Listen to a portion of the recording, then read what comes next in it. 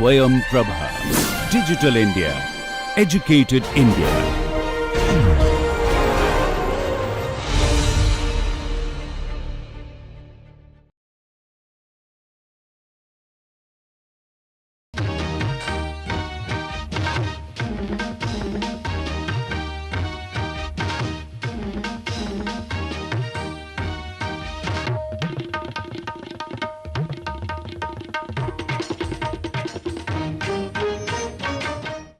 Okay, so welcome to this NPTEL course on elements of vibration engineering, and my name is Ashish K. Darpe. I am a faculty in Department of Mechanical Engineering at IIT Delhi, and so this course is essentially designed for undergraduate students in maybe third year or a final year of their curriculum, but those with the basic understanding of engineering mathematics as well as engineering mechanics can do it in even in the second part of their later part of their second year studies. But at the same time, graduate students who might have missed this particular course in depth during their undergraduate studies can also find this quite useful. And from the practical perspective, this particular domain of dynamics is very relevant for the current engineering design, as we shall see and discuss in the course of introductory part of this particular course. So, it is quite practically very relevant course, and I have been teaching this course at IIT Delhi for several years, and before giving you the course content of the course, I usually start it by giving basic background of why we should be at all studying this as a separate course when we have already learned part of the dynamics of machinery. So, we will have a brief overview of this course or this subject as a whole, and then I will highlight what are the contents of this course and what are the course objectives. So, we shall start first with an example which essentially tells us as to the significance of in-depth study of vibration as a phenomena and how it goes well beyond the basic design process. Okay. So,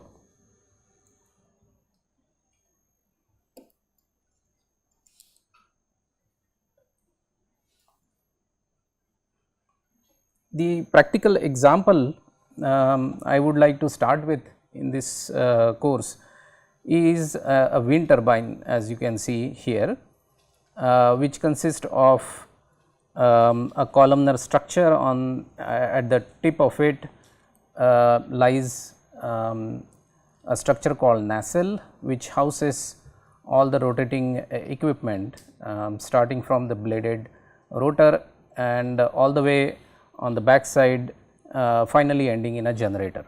So, this nacelle basically houses the most important mechanical equipment of this wind turbine.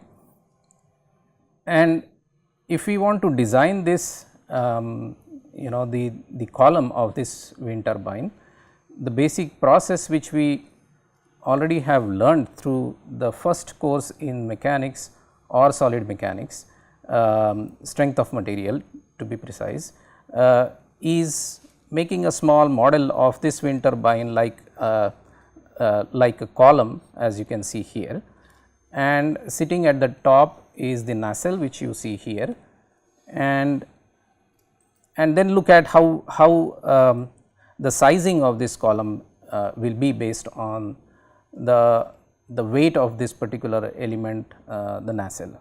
Now, to start with, let us assume that the nacelle can be modeled as a dead weight at the top of this column, and then if that is the case, the basic strength of material has told us that if I want to design this column particularly the cross sectional dimensions of this column. That is what we would like to do. We would look at what are the stresses which will be induced in this column based on the weight which is acting from the top. Now, presuming again that the designers have taken some care that the center of mass of this entire system is coaxial with the column, the simplest way to size the column is use our basic relation between the stress induced from the load which is acting on the column or on this structure based on the cross sectional dimensions, and if we assume it to be a solid structure, circular one, then this is the way we would go about finding out the stress in this column.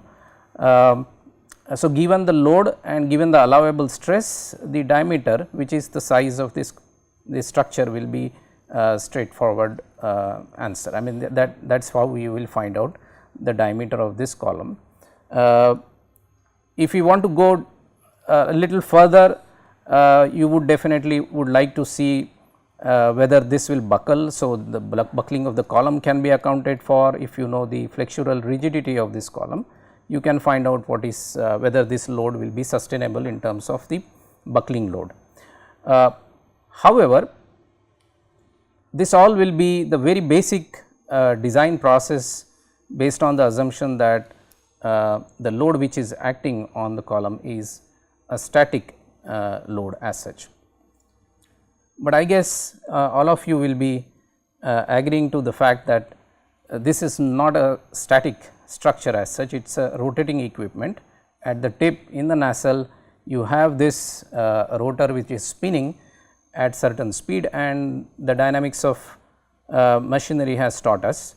Those who have done kinematics and dynamics of machinery would immediately recall that this rotating equipment will have some residual unbalance in it, and that residual unbalance is going to be responsible for the generation of a dynamic force in the nacelle, in the rotor. So, you basically would then start looking at the possibility of a dynamic force which will generate at the rotor, because these blades are quite long, and any practical rotating system will have some residual unbalance. A force which will act on this bladed plane is going to be a centrifugal force based on the unbalance, net unbalance in the rotor, and will be dependent on the square root of square of the rotational speed. Now, this force is going to be varying with time. So, it is a harmonic force acting at this particular location in the rotating shaft, and so we can expect it to be a harmonically varying dynamic force, and that dynamic force is going to create interesting forcing on this structure. And we all know that since this force is acting at a distance r from the axis of the column, it is going to create a bending moment about this axis and would excite the column. Okay.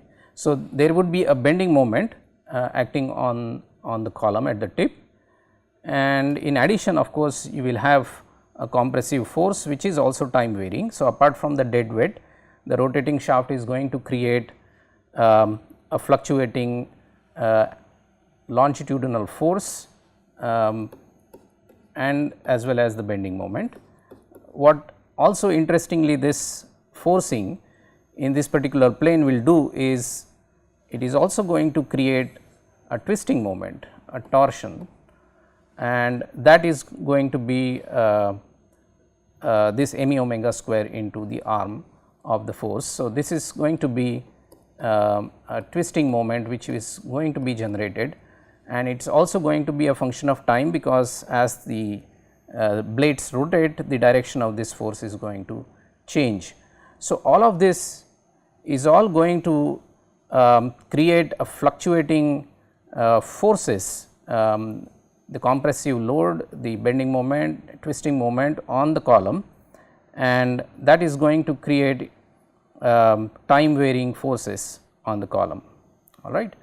And if we now want to look at the stress induced into the column, we would definitely know from our basic strength of material studies that at the root of this column we are going to have maximum stress induced, and we will have to look at all the compressive stresses which are going to be same throughout the cross section because of the force acting, the compressive force, but the bending moment is going to generate different kind of a stress pattern across this line. On this side there will be tensile forces, and the compressive stresses will get reinforced because of the bending moment.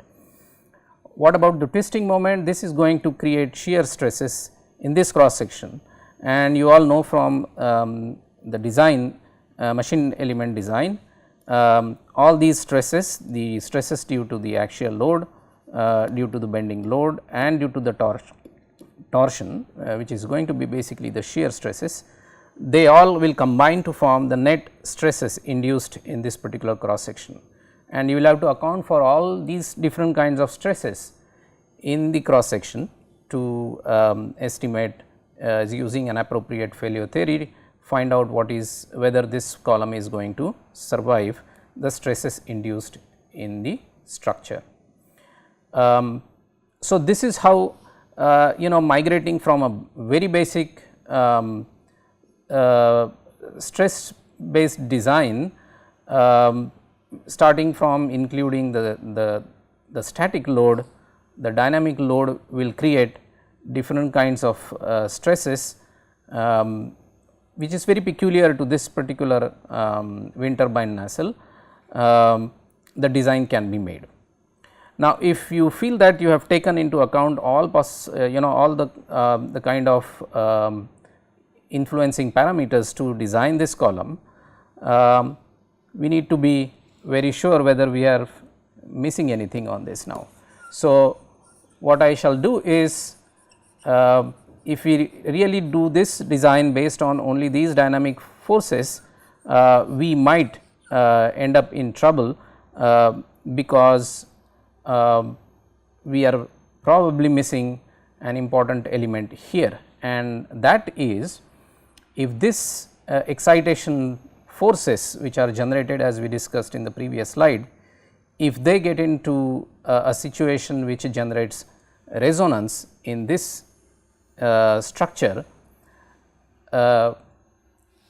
we can have the dynamic response of this column generating deflections several orders, several times the amplitudes which are otherwise expected or planned by the designer. For example, you can see that if the frequency of rotation of this rotor, if I define this as omega as shown here, if it matches with the natural frequency of vibration of this column with all its parameters happens to be equal to the natural frequency, then this ratio of the excitation frequency to natural frequency, if it turns out to be 1, we all know that it is a situation of resonance, and if that happens for a given damping value, we can see that the amplitudes build up to a very large value compared to what amplitudes you would expect if you are operating safely away from this resonance point. So, the point is, if you design this this column based on only the stresses which you anticipate based on certain rotational speed, certain amount of unbalance in the rotor, and think that those are the stresses that will be actually encountered, we need to be little careful in assessing the stress pattern or the stress level in any vibratory system, any dynamic system like this. So, as you can see here, there will be an amplification of the amplitude, and if this column is expected to deflect by a certain deflection, that deflection can get amplified because you would be operating close to a resonance if you do not pay enough attention to the vibration based design, and then in that case the amplitude of vibrations would raise the stress level beyond what you thought it would induce in this particular column. So, that is the reason that a closeness of the operating speed to the resonance frequencies can cause unexpected failure, untimely early failures, and that could create problem for us, right. So, in that light, only based on certain forces, based on certain operating conditions are not enough, and you need to pay enough attention to the vibration phenomena if you want to make a solid robust design.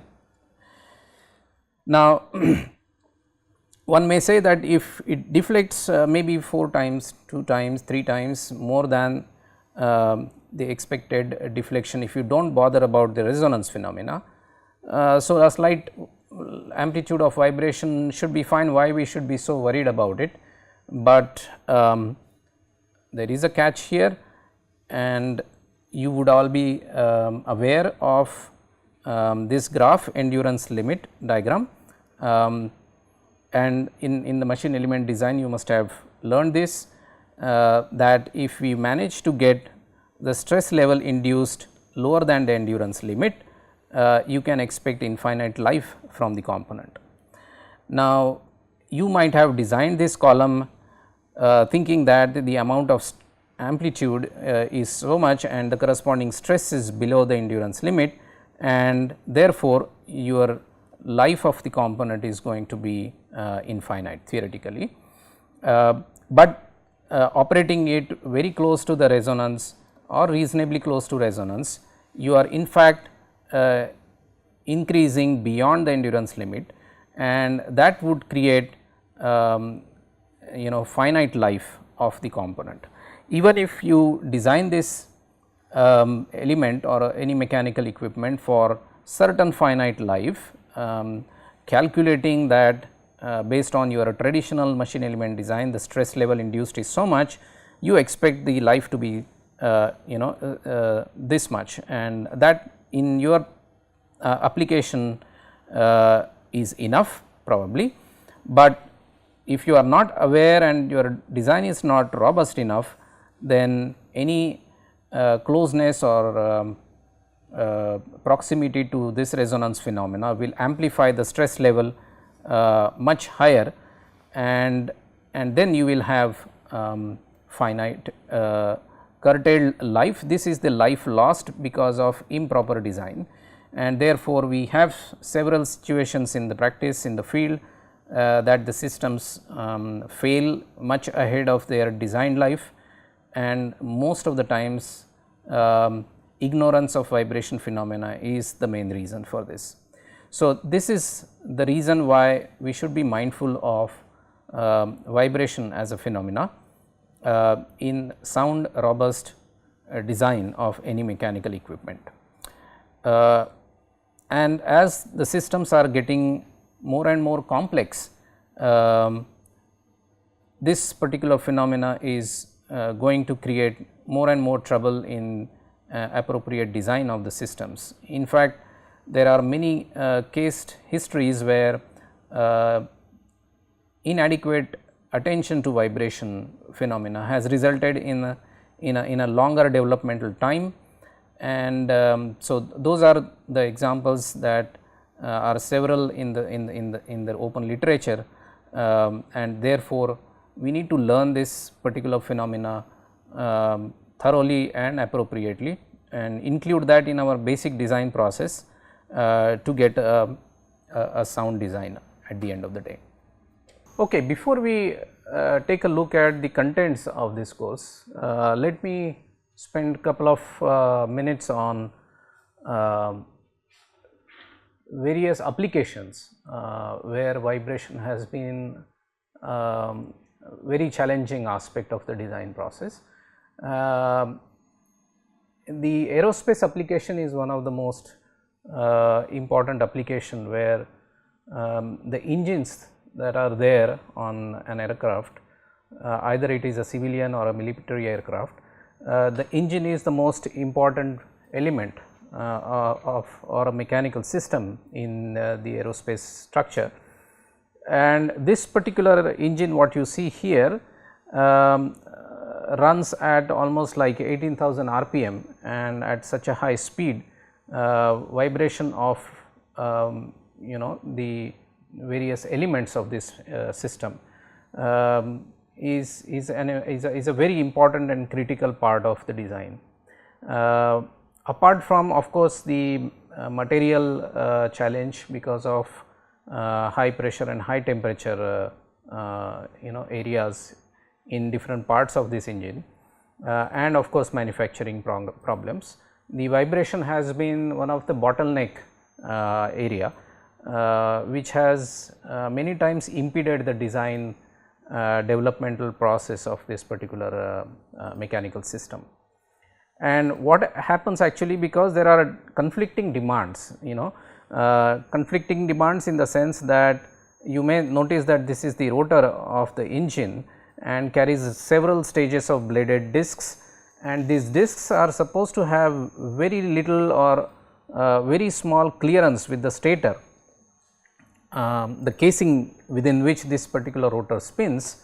For higher efficiency, the gap between the tip of these bladed discs and the stator inner surface is maintained at very small level. And if the vibration of this rotor spinning at such a high speed, the vibration level increases, then the tips of these blades will rub against the stator, and that can create disastrous consequences. If the blades, even if a blade cracks and a part of the blade also flies off at that such a high speed, the kinetic energy associated with the flying blade can be very disastrous in the overall health of the engine. And you can imagine, if an engine fails, what can happen to the aircraft.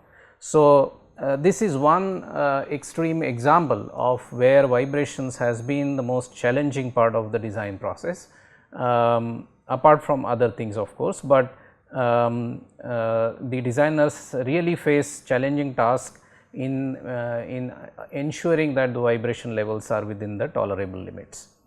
The other example here is the space structure. The satellite which takes pictures of the terrain on the earth have cameras which are mounted on the structure, and these camera cannot take high quality pictures if there is even a micro radian vibrations on the structure because of various components on this satellite structure. There are reaction wheel assemblies and similar other rotating equipment, and if they generate vibrations even with the small amplitude, the vibrating structure can create jitter in the pictures being taken of the terrain. And so that has been a challenging aspect of isolating the camera from such structural vibration.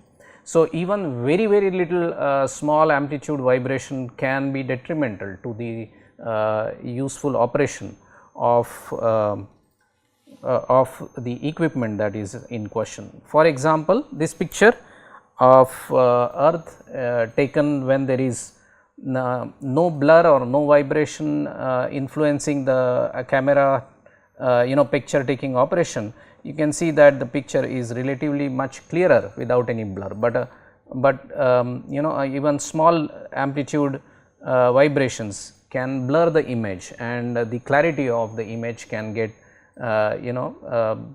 challenged by that vibration influencing the operation of the camera.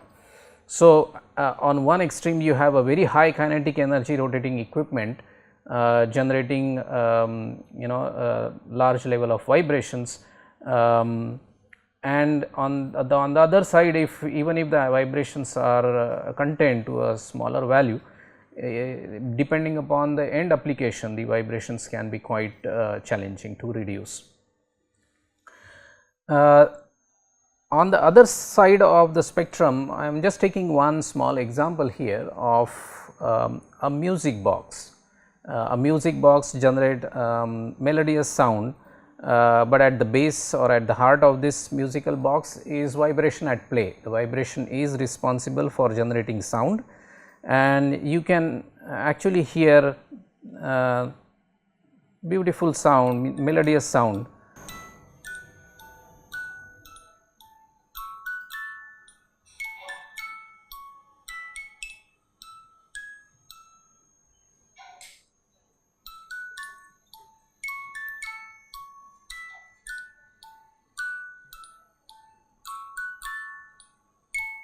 Now, how is this sound generated? Let us look at another picture of it. So, if you open the top part of this music box, what you see inside is a vibrating structure at play. Okay. So, what happens is that as you wind the spring which is there, just like our clock, this particular drum rotates at a constant speed, and I will show you how it rotates. It rotates and it excites a set of cantilevers. As you can see, one by one different cantilevers are being pulled up and then they are released. So, the cantilevers vibrate in succession, and those vibrating cantilevers are essentially generating sound. Now, the projections that you notice here on the surface of the drum, they have a job of pulling the cantilever and then suddenly releasing them, so that a particular sound is played, and their position along the circumference and across the width of the drum is properly designed, so that a specific cantilever is excited. And if you notice clearly, these cantilevers have different lengths, and depending upon the length of that cantilever, the frequency is generated. A sound of a specific frequency is generated based on which particular cantilever is excited. So, this is how a vibrating cantilever essentially generates sound of the desired quality, and that is how we design this vibratory system to generate specific sound. Okay. So, these are couple of or three different application examples that I highlighted here, which tells you a wide gamut of application of the vibration phenomena. Now, before we start looking at the contents of the course, this is the slide that gives you an idea about the need and importance of studying vibration as a phenomena. I'll just list down few points which will give you an idea about what is it that we need to learn vibration as a separate subject and how it is important for robust design. The first example is, again I am taking an example of a turbine, now this time a steam turbine. The steam turbine has many stages of bladed discs, just like the gas turbine we saw, and steam at high pressure and high temperature flows across these blades and imparting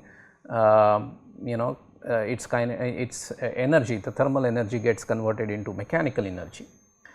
And these blades are long, many times freestanding blades, and these blades are a typical vibratory system. Okay. And then if you want this particular turbine to operate for years together, the stresses induced in all of these blades and all of these discs, those need to be within the limit, so as to have an appropriate endurance limit and a good long life. These turbines are expected to run for at least 20 years or more, and usually these turbines are not required to stop for years together, and that is sometimes is the requirement.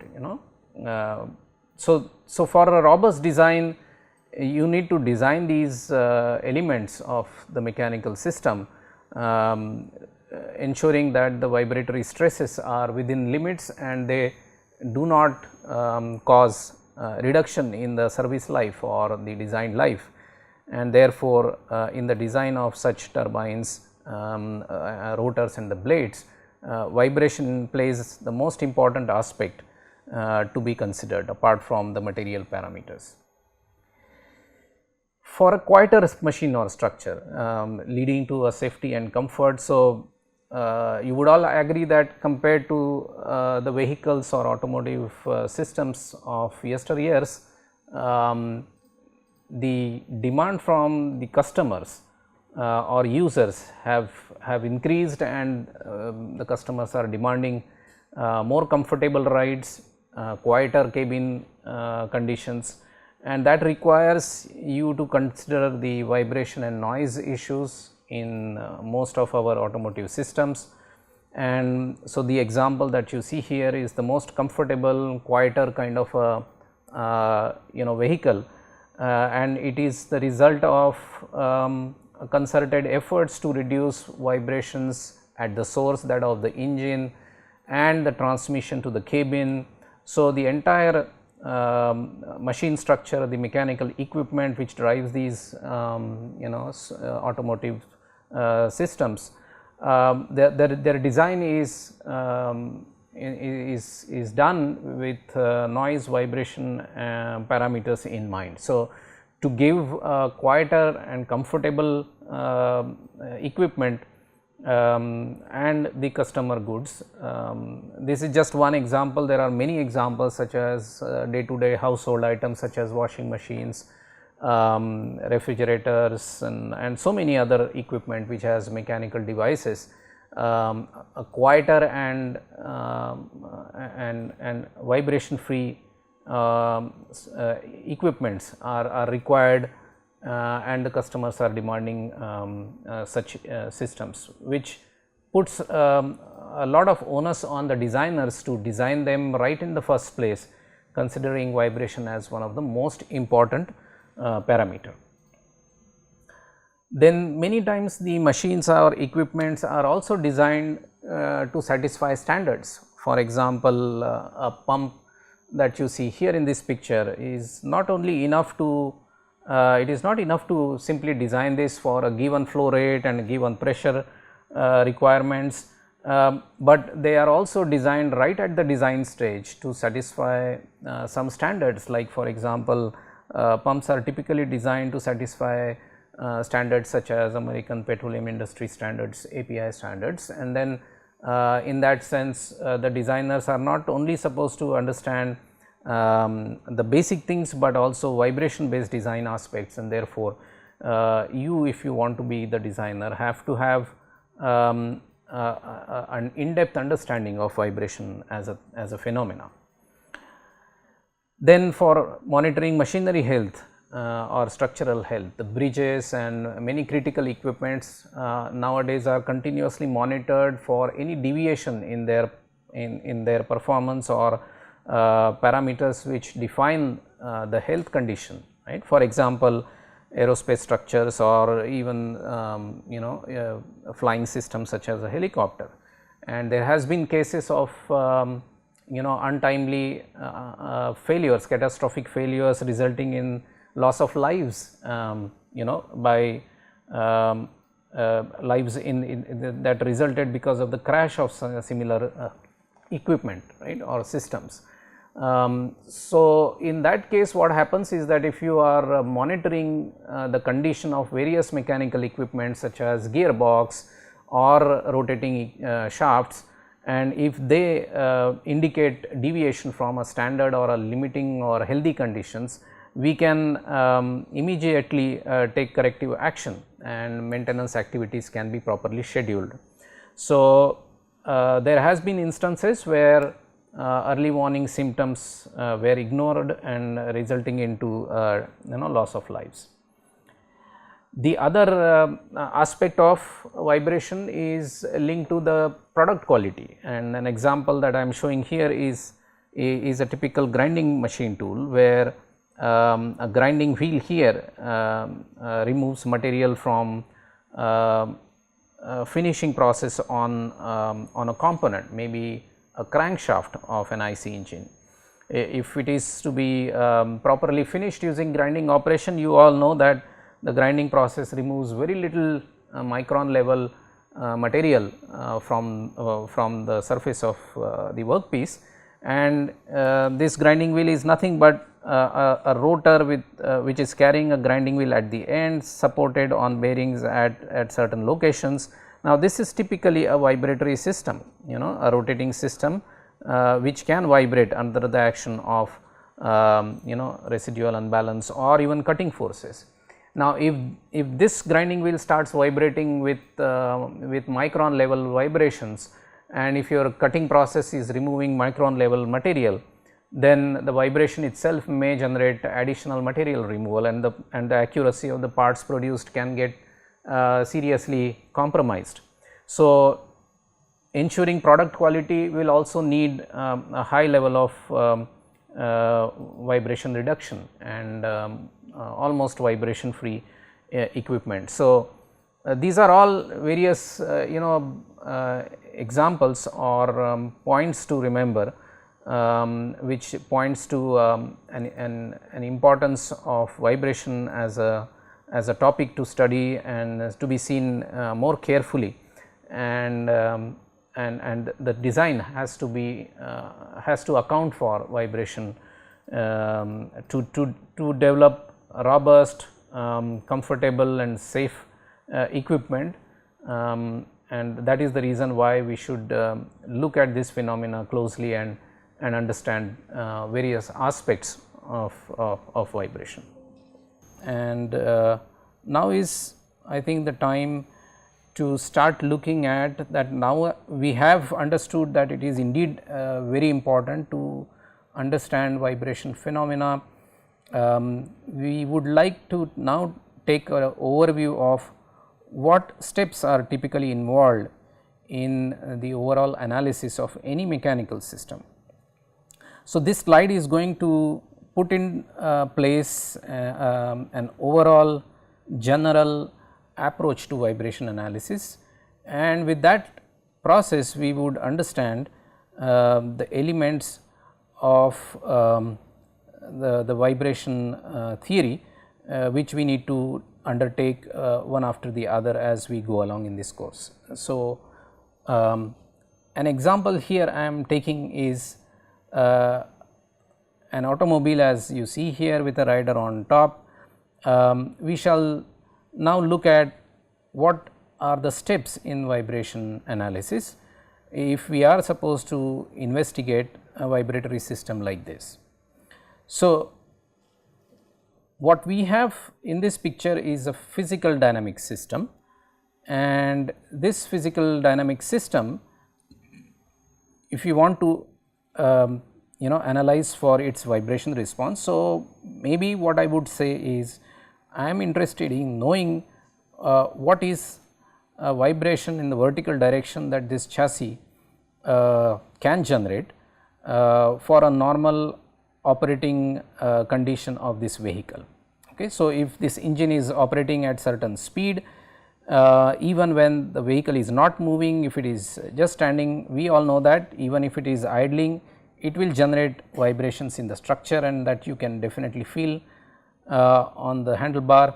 So, if my intention is to find out what is the vibration which is generated on the chassis or at the seat position, how much will that be given all the parameters that can be obtained. Okay. So, the first process, if this is the objective, is you can't find that out from an actual physical system like this. So, the first step in this case would be to convert this physical system into a simplified vibratory model of this system. Okay. So, what we would like to now do is represent this physical system as a simple vibratory model. Now, based on my intended objective of this analysis, if I am interested only in finding out what are the vibrations vertically up and down of this particular chassis structure of the automobile, I might, as a first approximation, convert this physical system into a vibratory model as you see here. So, what I have done is I have presumed that this entire chassis, which is an assemblage of several elements here, can be treated like an inertia, and the mass of this chassis is approximated as m e. Whereas, you may notice here that the wheels are isolated from the chassis, or the chassis in fact gets isolated from the ground by the shock absorber or the isolators, and there are two of them, one is on the front side, one is on the rear side. If I quantify the flexibility of this isolator or an absorber, this is the kind of absorber that you have, shocker you call in practical terminology. There is a spring that that gets compressed as the movement from the ground happens through the wheel.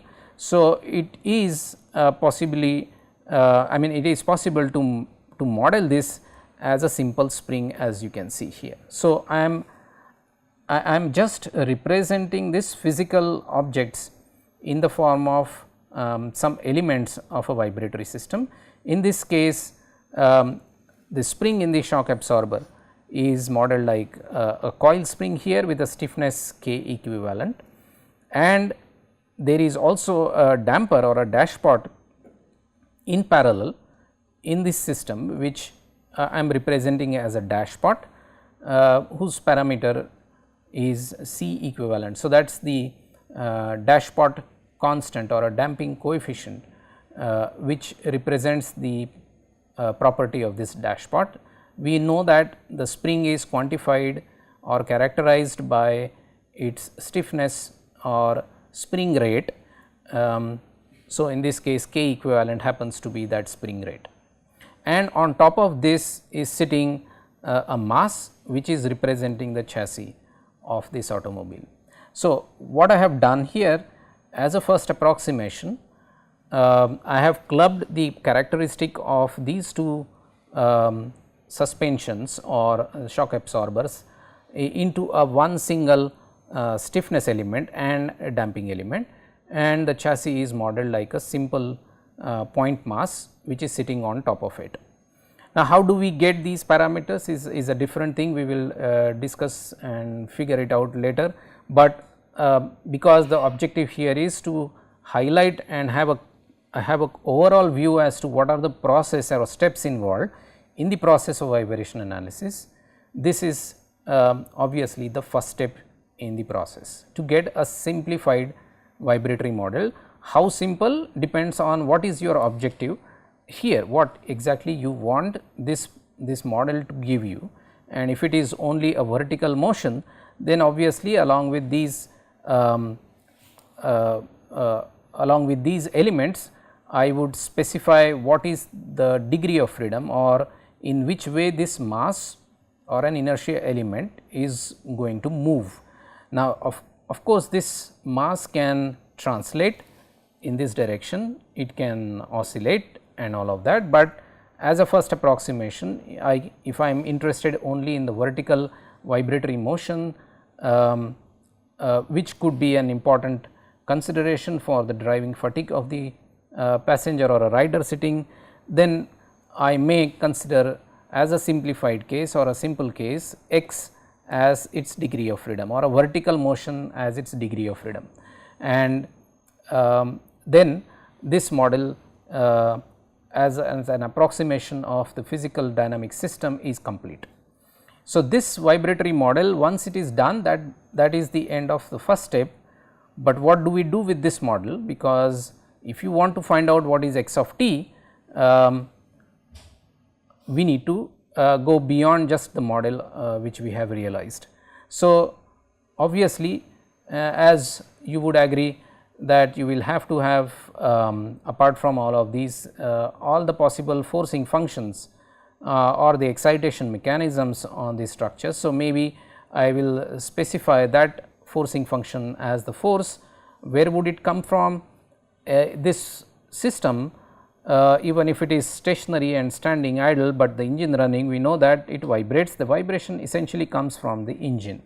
So, from the engine source, if I somehow characterize what forces are generated in the engine, then I have a forcing function that is going to act on this chassis and therefore, on the mass m equivalent.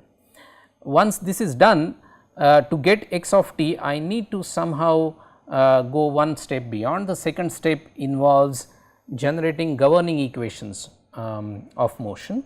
So, equations of motion that will give me x as a function of time, and that if I get, I can plot this response which is x as a function of time. As time evolves, how much is the amplitude x as a function of time, that will give me the basic vibration output from which I can draw inferences or conclusions.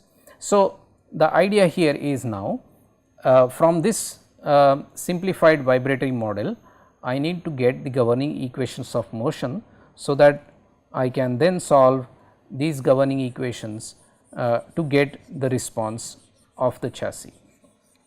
Okay. So, how do I get the governing equations of motion from a vibratory system which whose model is given here? So, obviously, there are many ways through which you can do it, but the simplest and particularly convenient for simpler systems is simply to apply Newtonian approach, where you get a free body diagram of this mass and look at what forces which are going to act on this free body as it undergoes dynamic motion. So, if I assume that this mass moves with a displacement, velocity and acceleration whose positive direction I have presumed in the vertical direction, then with that what are the forces? So, if I strip this body from its surrounding, what are the surrounding what forces do the surrounding act on this isolated body?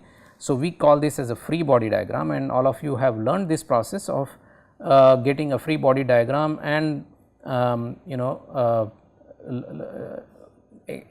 identifying all the forces which apply on this free body.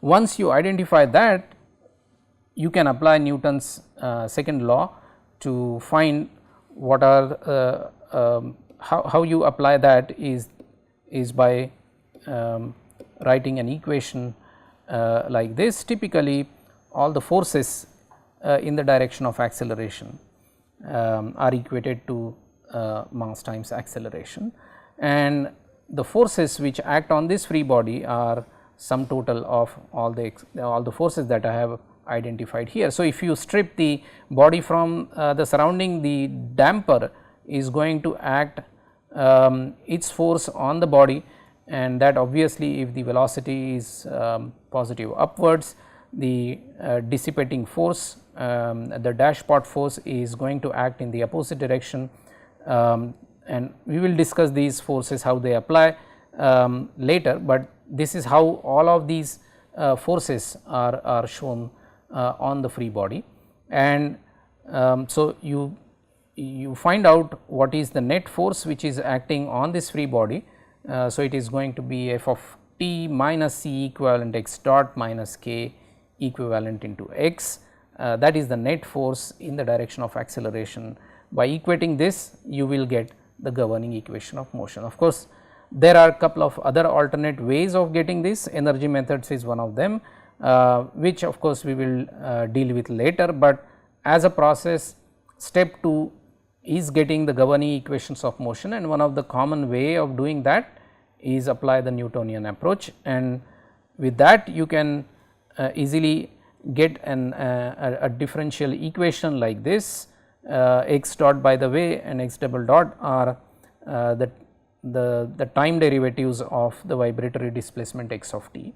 So, with this governing equation obtained by applying Newton's law, it is quite straightforward now for the next step here, just getting the governing equations is not enough, you have to solve these governing equations, and once you solve this, basically you will solve to get a dependent variable x obtained in the as a function of the independent variable time. So, of course, the displacement x as the degree of freedom of this mass is going to be dependent only on time, and we would then obtain the response x of t, and that basically is shown here. So, if you solve it, how we will solve this and how that process is, all of that is going to be the subject matter of discussion as we find this out in the discussion on single degree of freedom system. But trust me, this is how the equation will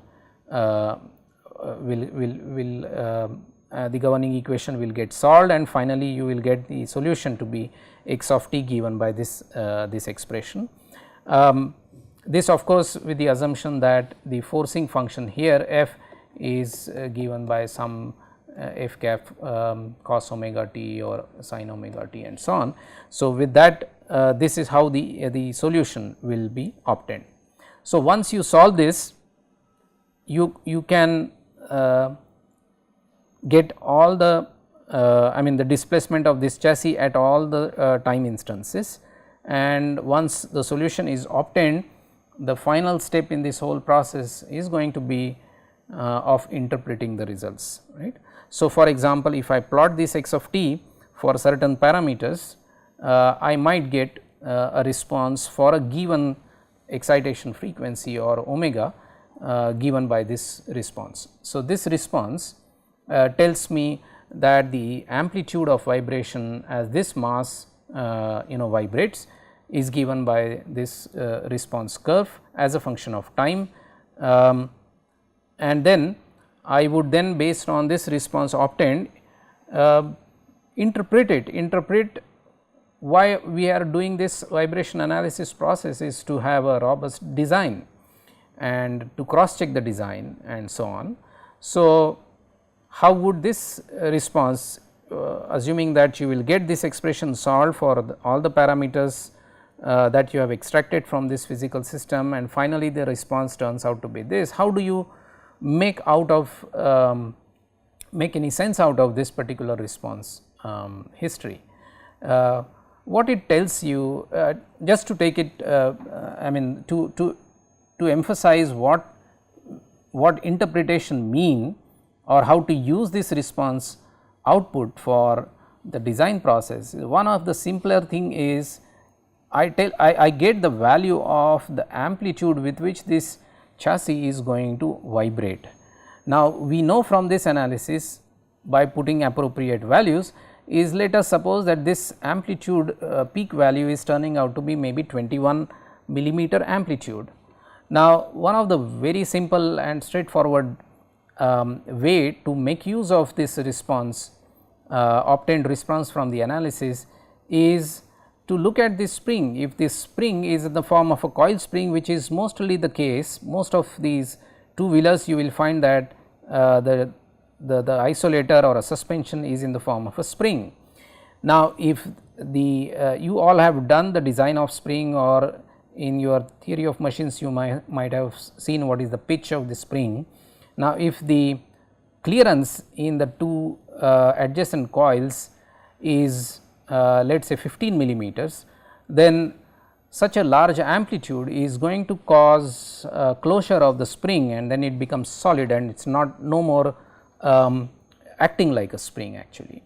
And so, it would be important for you to interpret this result from the context of your element design and use that input for redesigning all your systems. So, if the stroke length of this dashpot, the piston is limited to 15 millimeter or 10 millimeter, and if your vibration amplitude from your theoretical study turns out to be way beyond that value, then you have to go back to the drawing board and redesign them so that the vibration amplitude is reduced to a significantly low level, so that this works as you have designed it for. Okay. So, in addition to that, this amplitude of course is obtained for a given operating speed of the engine, let us say omega, and suppose this automobile is going to operate at different speeds of rotation, then it would be also interesting and important to assess this vibration amplitudes at different operating speeds. So, you might end up in generating this response as a function of the frequency. So, so at different operating speed given the same system with the natural frequency omega n, you might like to figure out what if this operating speed spans from this value to this value, what are the maximum level of vibration amplitude that it is going to generate. So, this graph which is basically giving the response at different frequencies would be an important output that you would like to generate, and based on that response curve you would like to interpret that data from the context of the design that you are doing for the automobile.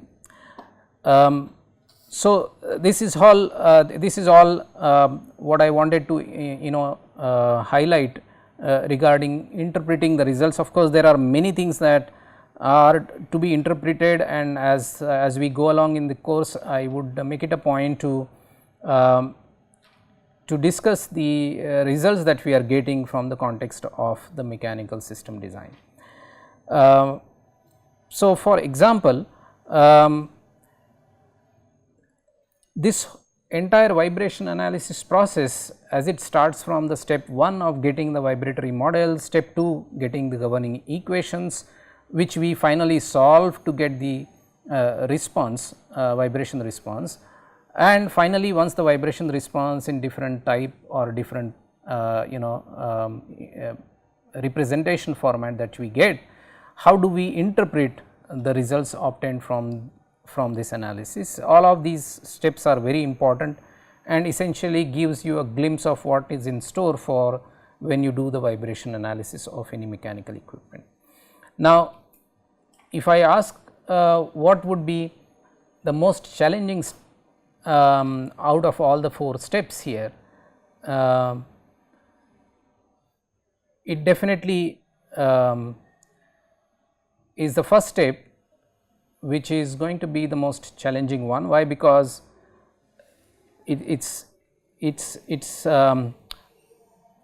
not that straightforward to get a physical system converted into an appropriate vibratory model. In fact, there is no unique way or a unique process or a unique model in fact for a given physical system, because somebody can model it differently, and in fact the final objective of this vibration analysis process actually dictate what kind of a model that is required to be built, and it takes some experience and expertise to figure out how this physical model is to be captured as a simpler vibratory model.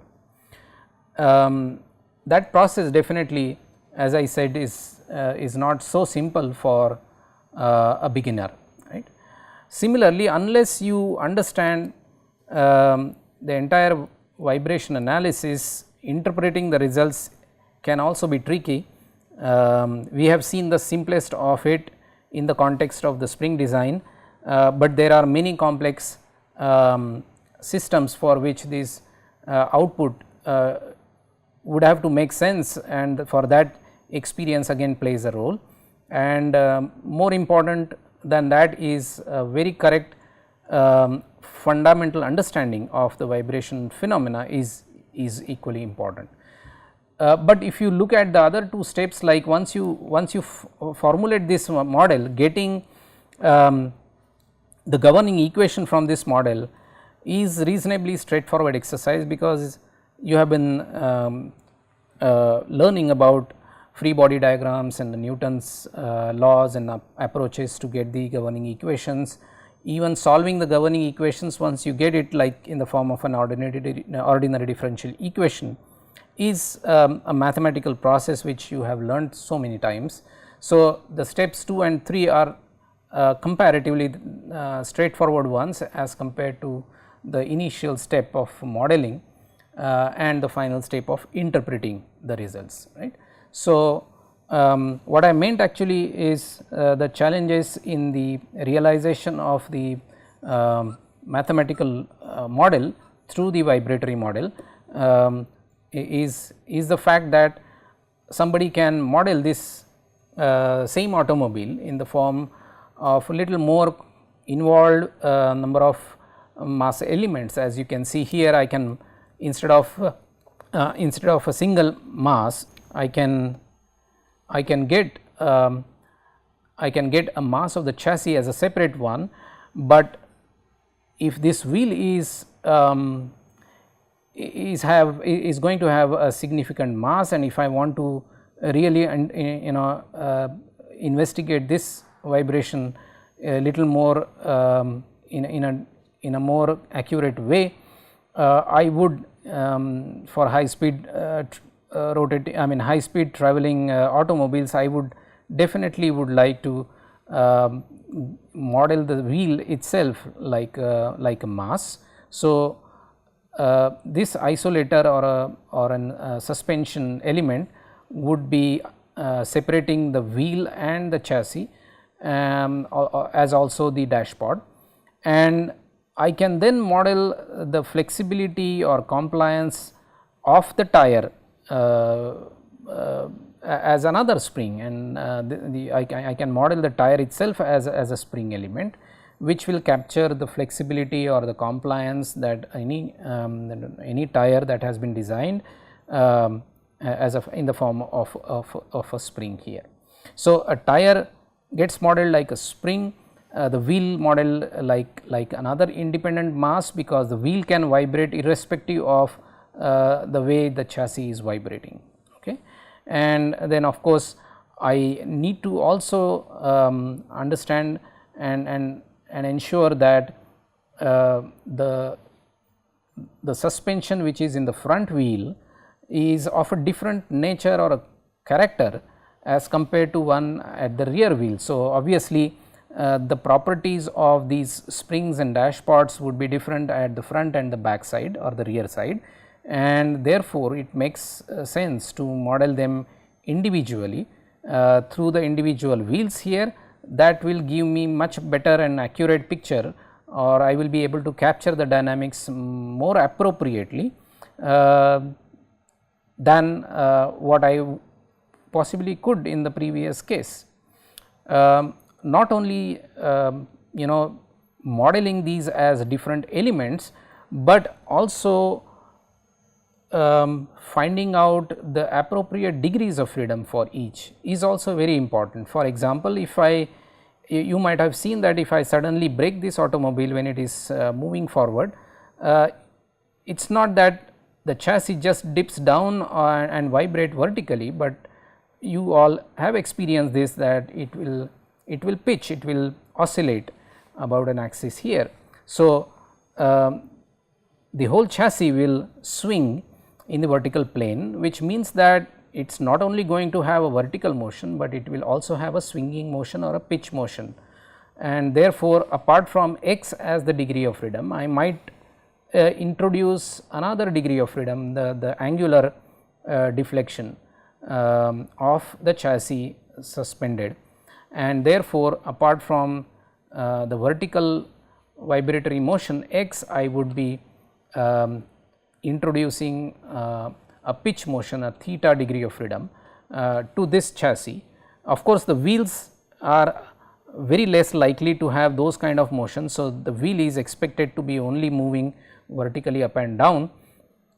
The reason why based on the reason that it is connected to the suspension the way it is, only 1 degree of freedom suffices for the wheel, and then you have 2 degrees for the chassis and 1 each for the 2 wheels. That makes it 4 degrees of freedom for the same automobile. So, what you can see here, that the first step that we thought of as the first step for getting a vibratory model. The first step itself can be quite tricky, and many multiple models can get derived out of the same physical system.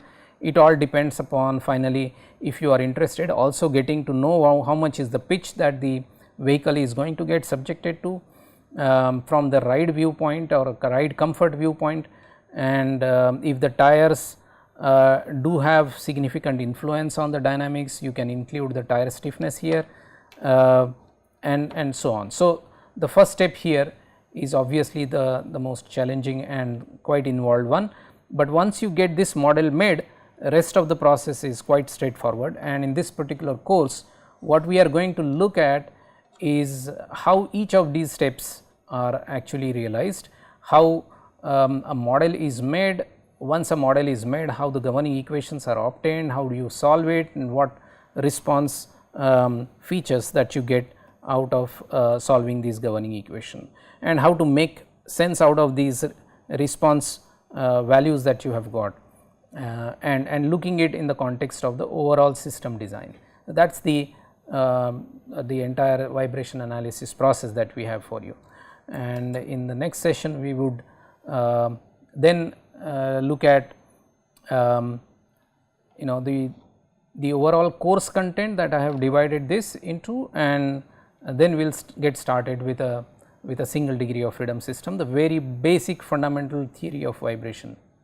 Okay, the summary of this first lecture is that what we learnt in this lecture is the need and significance of vibration based design, and also how a typical vibration analysis process is carried out.